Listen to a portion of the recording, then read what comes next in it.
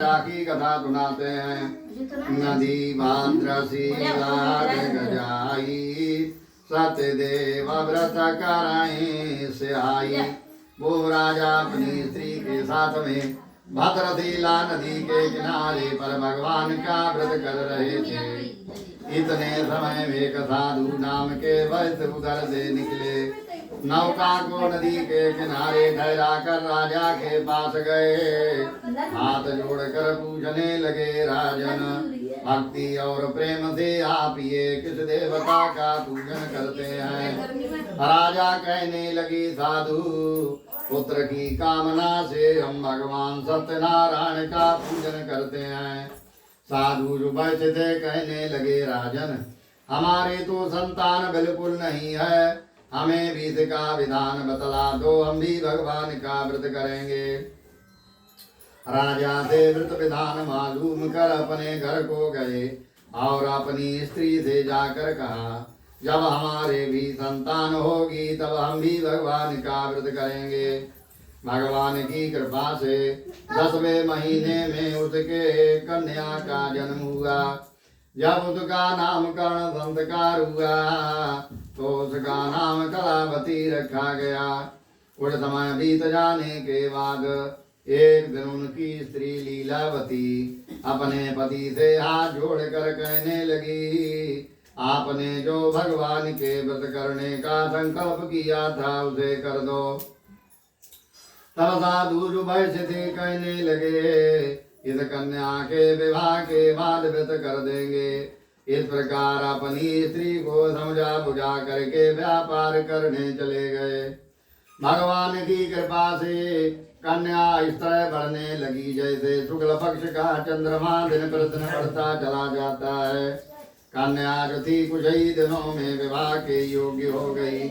जब उन्होंने अपनी कन्या को विवाह के योग्य देखा तो अपने दूतों को बुलाकर आज्ञा दी, कन्या के विवाह के लिए अच्छे भर की खोज कर लाओ।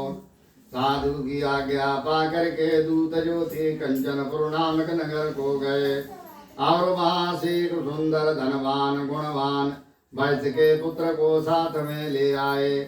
साधु जो वैश्य थे उन्होंने अपनी कन्या का विवाह धर्मा विधि के अनुकूल अपनी कन्या का विवाह भी कर दिया।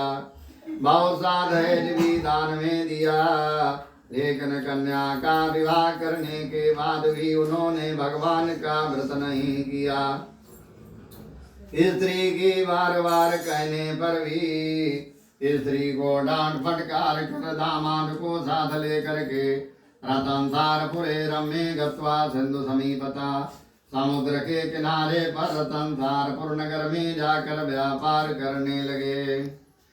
भगवान ने विचार किया, ये तो बड़ा धोखेबाज मालूम होता, इसे दंड देना चाहिए, नहीं तो मनुष्य आगे धर्म नहीं करेंगे। तो एक दिन भगवान ने उनको श्राप दिया, पापियों तुम्हारी बुद्धि नष्ट हो, तुमको बड़ा कठिन दुख उठाना पड़ेगा। एक दिन भगवान ने माया रची। उस नगर की राजा चंद्रकेतु थे। राजा चंद्रकेतु के खजाने का धन जो था बनावटी माया के चोरों से चुरवाया। पीछे से राजा के दूतों को जगाया, तुम कैसे धन के रक्षक हो, तुम्हारे धन को चोर चुराए लिए जाते हैं। माया के बने चोर जो थे धन को लेकर भागे। पीछे से राजा के दूत दौड़ रहे थे। चोर जो थे जहाँ पर ये वैश्य ठहरे थे, इनके पास धन रख करके वहीं छिप गए। जब राजा के दूत इनके पास पहुँचे, धन रखा देख पकड़ लिया, मारते पीटते राजा के दरबार में ले गए। जाकर के बोले, राजन हम 2 चोर पकड़ लाए और तो भाग गए। ये दिन में व्यापार करते, रात्रि में डकैती डालते हैं। राजा ने आज्ञा दी, स्थापितो तुम्हां दुर्गी कारागारे विचारता। राजा ने आज्ञा दी, विचार करने की आवश्यकता नहीं, इन दोनों को शीघ्र ही कारागार में डाल दो। वे दोनों राजा की बड़ी विनती करने लगे, राजन हम तो जात के वैश्य हैं, व्यापार करते, चोरी का नाम भी नहीं जानते। चोरी करने वाले चोर तो और थे, हमारे पास धन रख कर के भाग गए, लेकिन उनका किसी ने कहना नहीं माना। उनको जेल में डलवा दिया गया।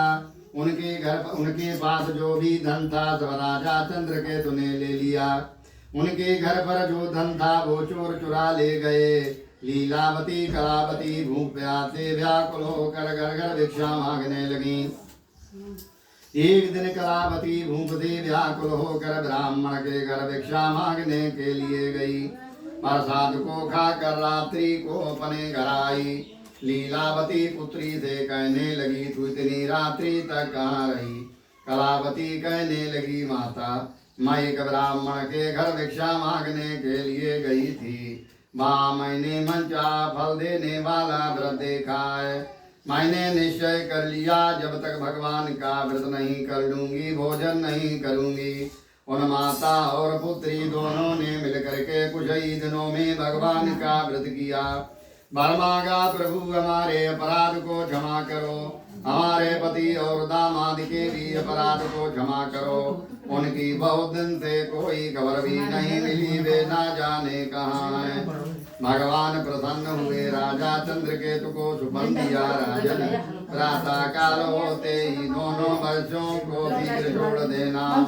तुमने जो भी उनका धन धान ले लिया वो भी दे देना, नहीं तो हम तुम्हारे धन पुत्र राज्य सबको नष्ट कर देंगे। ये कहकर भगवान अंतर ध्यान हो गए। प्रातः काल होते ही राजा चंद्रकेतु ने दोनों बच्चों को जेल से निकलवा कर अपने दरबार में बुलाया। उनका आदर सत्कार किया। राजा ने उनका जो भी धन ले लिया वो सब लौटा दिया और कहा, अब तुम अपने घर को जाओ। तब वे दोनों वैश्य थे राजा से प्रणाम करके अपने घर की ओर चल दिए।